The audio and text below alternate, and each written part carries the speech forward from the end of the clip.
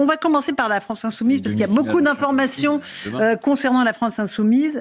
On va écouter, alors je parlais de la meute tout à l'heure dans mon petit édito, parce que c'est le titre d'un livre qui va sortir demain, qui est fait par 2 journalistes, Charlotte Belaïch et Olivier Perroux. C'est une véritable enquête. Ça a été une immersion, je crois, 2 ans dans la France Insoumise. Ils ont infiltré les boucles sur les réseaux sociaux, Telegram, etc. Et ce qu'ils livrent est assez édifiant sur le fonctionnement de ce qui n'est pas réellement un parti politique. On va écouter Charlotte Belaïch qui explique pourquoi Jean-Luc Mélenchon est un homme violent. Il n'y a pas de démocratie dans le mouvement. Le vote n'est pas l'alpha et l'oméga. C'est une formule qui revient souvent. Et ce qu'on raconte, c'est que tout ça n'est pas le résultat du hasard. Il s'est donné les moyens de sa domination qui le rend aujourd'hui incontestable au sein de la France Insoumise. C'est un homme violent. On cite dans le livre des messages qu'il envoie à ceux qui ont eu un mot qui lui a déplu. Il y a par exemple un message adressé à Marine Tondelier qui a eu le malheur de regretter les querelles intestine de la gauche, et il lui envoie un message, il lui dit je vais te mettre la dose que tu mérites. Tous les gens qu'ils connaissent ont dans leur portable ce genre de message, et c'est une violence qui se diffuse dans tout le mouvement. On parle aussi beaucoup dans le livre des boucles Telegram, donc des espaces de messagerie qui régissent le mouvement à défaut d'instances démocratiques classiques, sur lesquelles pendant 2 ans, ceux qui finiront par être purgés après la dissolution, Raquel Garrido, Alexis Corbière, ils ont été traqués dans ces boucles, véritablement harcelés pendant 2 ans. Voilà pour le récit de cette journaliste, Éric Revel. Ça met quand même un certain doute du côté de la France Insoumise. Il y a beaucoup de réactions. On écoutera Mathilde Panot qui dit mais pas du tout, Manuel Bompard qui dit mais pas du tout, tout est faux. C'est intéressant de voir comment fonctionne de l'intérieur qui n'est pas un parti politique j'ai pas encore traditionnel. lu le livre, mais j'ai lu Les Bonnes Feuilles dans le Monde. Alors, il y a des choses absolument sidérantes. Par exemple, il parle à Manuel Bompard et il lui dit « Toi, achète-toi un cerveau », par exemple. C'était il y a quelques années, oui. Oui, bon. La façon dont il exfiltre, dont il tue politiquement Corbière est racontée de manière absolument incroyable. Son frère, son sang, et hop. Et du jour au lendemain, en fait, il ne plaît plus au leader. Et puis, il y a une phrase qui résume tout. C'est que si vous n'êtes pas d'accord, évidemment, vous sortez. Mais si vous doutez, c'est déjà que vous trahissez le leader. Et ça, si vous voulez, c'est... Alors, certains mouvements trotskistes, lambertistes vous diront que c'est comme ça qu'on tient un mouvement, c'est le chef qui décide. Voilà. Ça va même jusque quand ils font des déjeuners ou des dîners entre eux, qui va s'asseoir à côté du chef. C'est-à-dire que suivant celui qui s'assoit ou qui ne s'assoit pas, qui est appelé ou qui n'est pas appelé, d'après les bonnes feuilles que j'ai lues, il est en disgrâce ou il est encore en grâce. C'est quand même... c'est stupéfiant. Et puis, il n'y a pas de vote. Il n'y a pas de vote. Quand Bompard explique que... On va l'écouter. Vous voulez bien qu'on écoute Manuel Bompard ? Parce qu'il dément tout ce qu'il y a dans ce livre, évidemment. Ah oui. Et vous allez nous dire votre petite anecdote ensuite. Manuel Bompard, coordinateur de la France Insoumise. J'ai pu le lire. Bon, c'est un collage de ragots, de fausses informations. Bon, que je prends avec un peu de légèreté, parce que nous sommes députés, représentants politiques, on n'est pas critiques de fiction, vous voyez. Donc si vous voulez des avis sur ce qui s'apparente en fait vraiment à une fiction, puisque j'ai détecté à peu près à toutes les pages des informations qui sont des informations inexactes. Anecdote d'Éric Revel. Non, mais je rappelais ce que disait Manuel Bompard il y a quelques temps, où il disait, non mais Retailleau, puisqu'on parlait de Retailleau tout à l'heure, faut qu'il arrête, faut vraiment que la présidence soit passée pour qu'on passe à autre chose. Dans un mouvement comme LFI, il faut savoir qu'on n'élit pas de chef. Le chef s'auto-désigne et s'auto-succède à lui-même. Donc, parfois, ces gens qui donnent des leçons de démocratie, ils ne les appliquent pas du tout à eux-mêmes. En fait, c'est un mouvement autarcique qui fonctionne comme les mouvements trotskistes ou lambertistes. C'est-à-dire, 1, on ne conteste pas le chef, et 2, on passe à la guillotine politique si on n'est pas d'accord. C'est ça, la vérité. Et pour cause, parce qu'il n'y a que Jean-Sébastien Ferjou. Il n'y a que 3 adhérents juridiquement à la France Insoumise. Il n'y a pas de militants, il n'y a pas d'adhérents à la France Insoumise. Ça n'est pas un parti politique.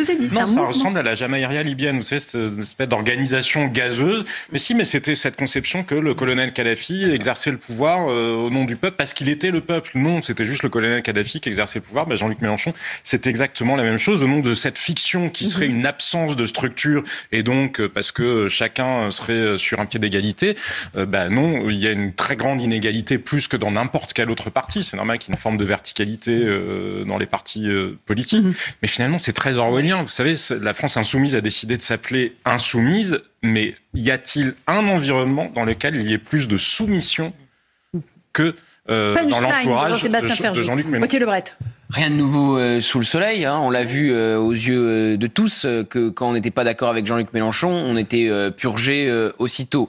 Et quand on n'était pas en adéquation avec sa ligne, même quand il s'agissait de défendre Adrien Quatennens sans avoir un mot pour sa femme qui a été giflée, même chose, on pouvait se prendre un retour de boomerang du leader insoumis. Ils donnent des leçons de démocratie, ils veulent la 6e République, ils veulent mettre les citoyens au cœur de la Nouvelle République avec des assemblées qui seraient ouvertes. Il n'y a pas un parti qui est moins démocratique que la France insoumise. Donc voilà, il n'y a rien de très nouveau. La seule question que je me pose, c'est est-ce qu'un jour, toutes ces révélations, tout ce qu'on voit aussi devant les caméras, aura un impact sur le scrutin et sur les résultats de Jean-Luc Mélenchon qui faisait 22% à la dernière présidentielle. Rachel Kahn. Je trouve que le titre du livre est extrêmement bien trouvé parce que c'est tout à fait ça.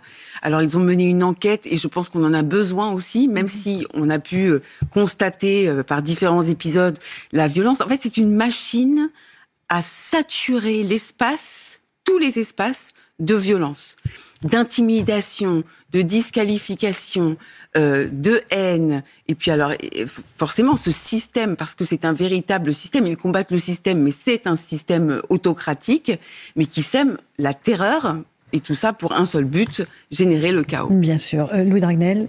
Non, par rapport à ce que disait Gauthier Lebret, rien de nouveau. Et en même temps, ce qui est intéressant, c'est que c'est une confirmation de plein de présupposés qu'on avait ou d'informations qu'on avait. On n'est pas surpris par ce qu'on apprend. Non, mais vous avez une recension. Et je trouve que la nouveauté, c'est qu'il y a beaucoup de médias de gauche qui, jusqu'à maintenant, la nouveauté, c'est avaient une vraie complaisance vis-à-vis de Jean-Luc Mélenchon et qui font la promotion de ce livre.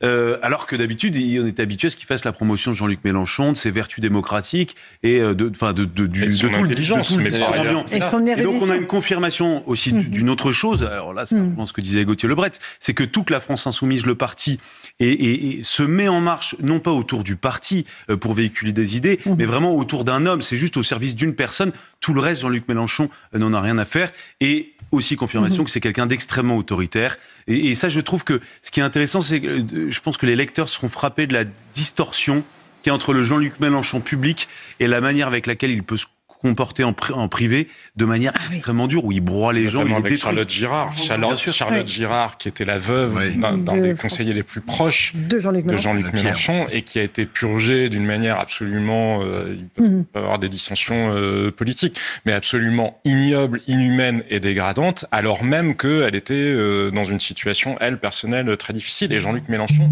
élimine les gens d'un trait, d'un mot. Et ce qui est fascinant, c'est de voir finalement des gens, y compris qui viennent témoigner dans ce livre-là, comme des Alexis Corbière et d'autres, mais qui ont participé aux purges d'avant. Enfin, ça n'est jamais qu'un très grand classique. On va écouter Alexis Corbière. Ce qui s'est passé pendant les années 30 dans différents partis fascistes, parce qu'au bout du bout, c'est quand même ça que ça évoque, cette brutalisation-là des mœurs. La brutalisation des mœurs, c'était le propre des partis fascistes, mais on voit que Jean-Luc Mélenchon, en permanence, applique ces méthodes-là. On écoute Alexis Corbière, qui dit qu'il est l'exemple même de ces menaces.